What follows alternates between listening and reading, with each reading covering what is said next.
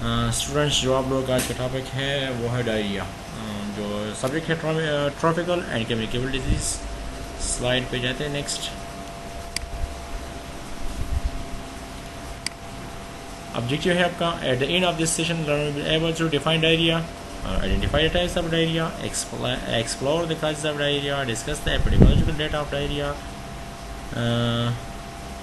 know the symptom of diarrhea, explain the diagnostic procedure, identify complication management of diarrhea, explore the preventive strategies of diarrhea.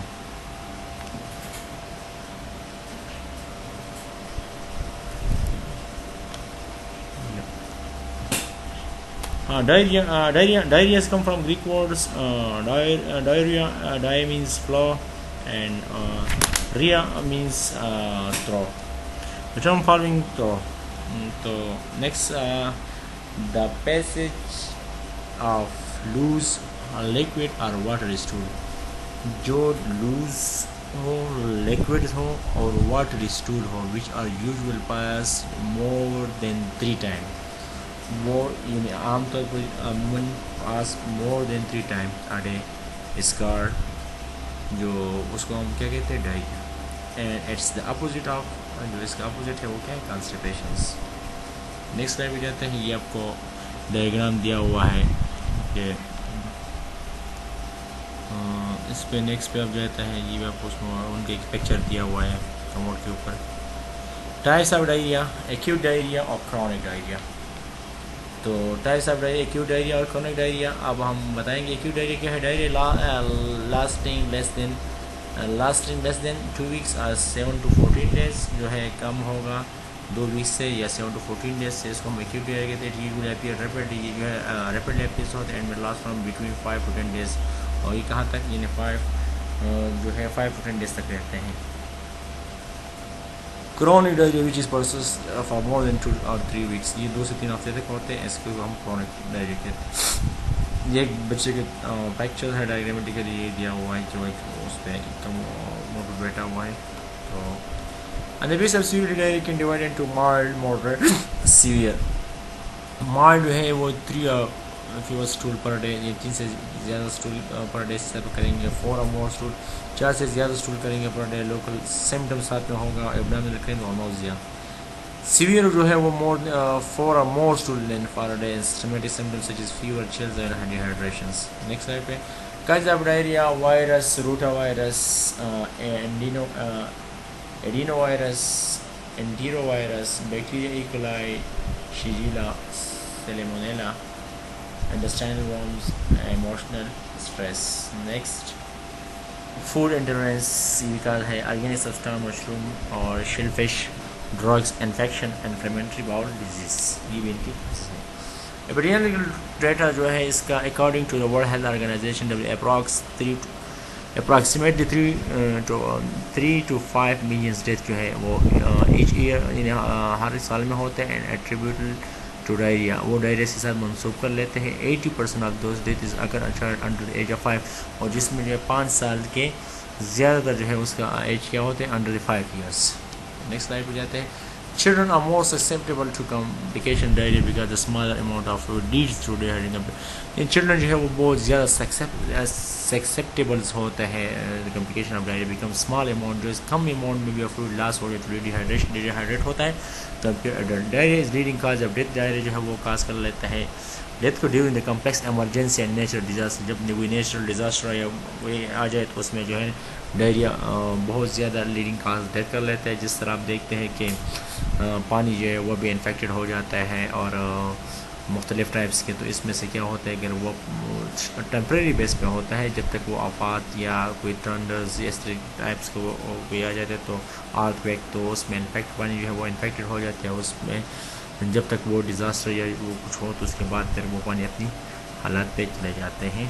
तो next slide पे symptoms of diarrhea है। The most common symptoms include abdominal cramps, abdominal pains, and urge to go to the toilet, जो है बार बार toilet की जाए। Sometimes this may be sudden vomiting, nausea and temperature or fever, headache होगा, loss of appetite हो, fatigue होगा, loose water stool होगा, blood in stool।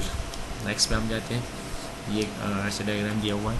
Mode of transmission by faecal already दोनों route है इसकी ट्रांसमिशन के। फीकल रूट और transmission में भी water borne and food borne. See water borne food borne दोनों सकते हैं। Diagnostic procedures to analysis tool culture and blood diarrhoea, same रेक्टोलाइट, same urine crates, sigmoidoscopies and ulcerative colitis suspected colitis हो तो उसके लिए फिर सिमुलाइडोस्कोपी करेंगे। Complication: hypotension, circulatory shock, acute renal failure, electrolyte depletion, lethargy, metabolic acidosis। Management जो है इसमें हम डाइट के soft as digestible diet such as soup दें को प्रेफर करेंगे। फ्रीक्वेंट फीडिंग और फ्रूट ड्रिंक्स वो पियेंगे। रेस्ट करेंगे बाउल बाय वाइडिंग्स, high fibre diets and fats, caffeine and alcohol. Rehydrations, oral rehydration, and it is inexpensive, safe, inexpensive है, safe है, high effective है, very effective है, almost all AVAC patients. Fluid should be given there is a rate of 5 to 200 ml per kg day के हिसाब से मैंने depending on the hydration state के लिहाज से उसको देखेंगे, उसके मुताबिक उसको फिर फ्लूइड देंगे। इंट्रावीनियस फ्लूइड में जो है fluid is prefer and patient में सीवियर डिहाइड्रेशन नॉर्मल सलाइन देते हैं, regulated is given to restore water in the blood, वो रिस्टोर कर लेते हैं वाटर्स को और इलेक्ट्रोलाइट्स को।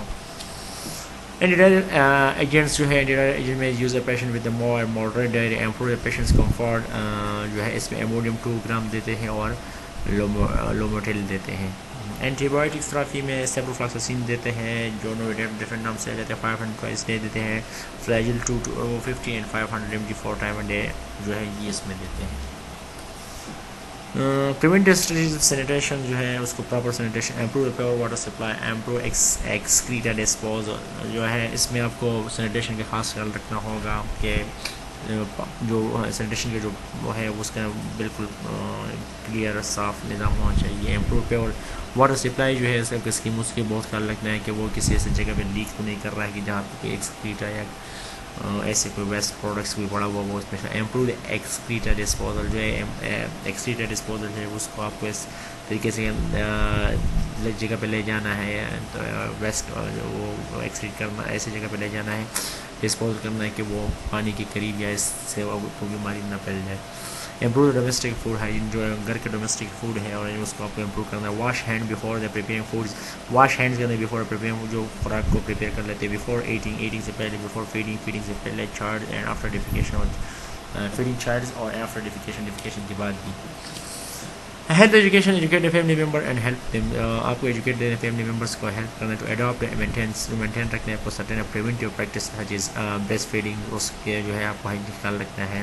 क्लीन ड्रिंकिंग वाटर उसको साफ रखना है, पानी को क्लीन रखना है। यूज़ प्लेंटी और वाटर फॉर हाइजीन, आपको यूज़ करना प्लेंटी वाटर फॉर हाइजीन के लिए।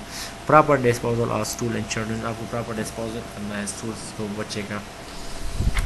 तो ये आपका रेफरेंस है और ये आपका ख़त्म हो गया। अगर इसमें किसी को कोई इशू या कोई मसला है तो वो मुझसे डिस्कस कर सकते हैं, वो मुझसे फ़ोन पे भी पूछ सकते हैं और व्हाट्सएप पे भी ग्रुप पे भी पूछ सकते हो। क्या